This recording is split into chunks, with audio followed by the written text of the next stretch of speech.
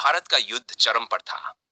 कुरुक्षेत्र की भूमि रक्त से लाल हो चुकी थी और दोनों पक्ष अपने विजय अभियान में किसी भी हद तक जाने को तैयार थे। कौरवों ने पांडवों को हराने के लिए चक्रव्यूह का निर्माण किया, एक ऐसी युद्ध नीति जिसे भेद पाना केवल कुछ गिने चुने योद्धाओं के लिए ही संभव था। अर्जुन और सुभद्रा के पुत्र अभिमन्यु, जो बचपन से ही अपार वीरता और जान के प्रतीक थे, इस चक्रव्यूह में प्रवेश करने के लिए तत्पर थे।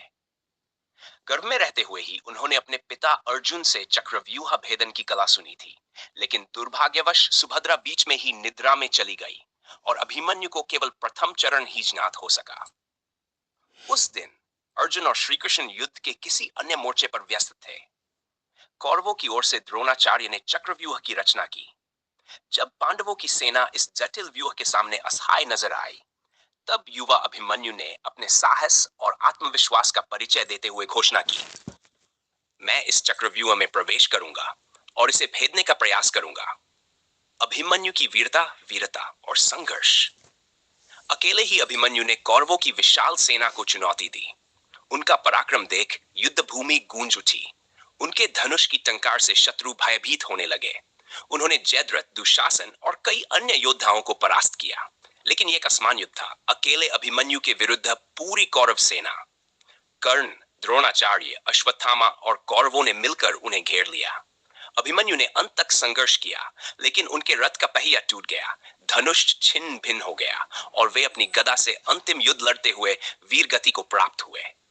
उनकी वीरता और बलिदान से पांडवों के हृदय में दुख और क्रोध उमड़ पड़ा, विशेषकर अर्जुन, जो इस खबर को सुनकर शोक और प्रतिशोध की ज्वाला में जल उठे।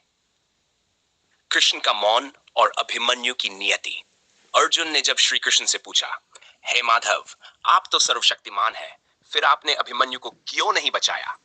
श्री कृष्ण ने शांत भाव से उत्तर दिया, हे पार्थ, मेरा कार्य सृष्टि के नियमों का पालन करना है। यदि मैं हर योद्धा की रक्षा करने लगूं, तो धर्म और अधर्म का संघर्ष समाप्त हो जाएगा।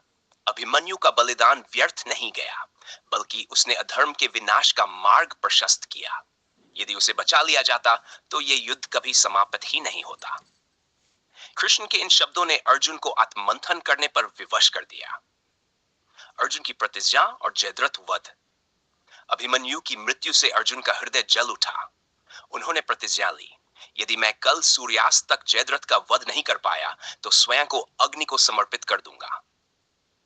कौरवों ने जयद्रथ की रक्षा के लिए अभेद्य सुरक्षा घेरा बना लिया, लेकिन कृष्ण की युक्ति से अर्जुन को जयद्रथ तक पहुंचने का अवसर मिला।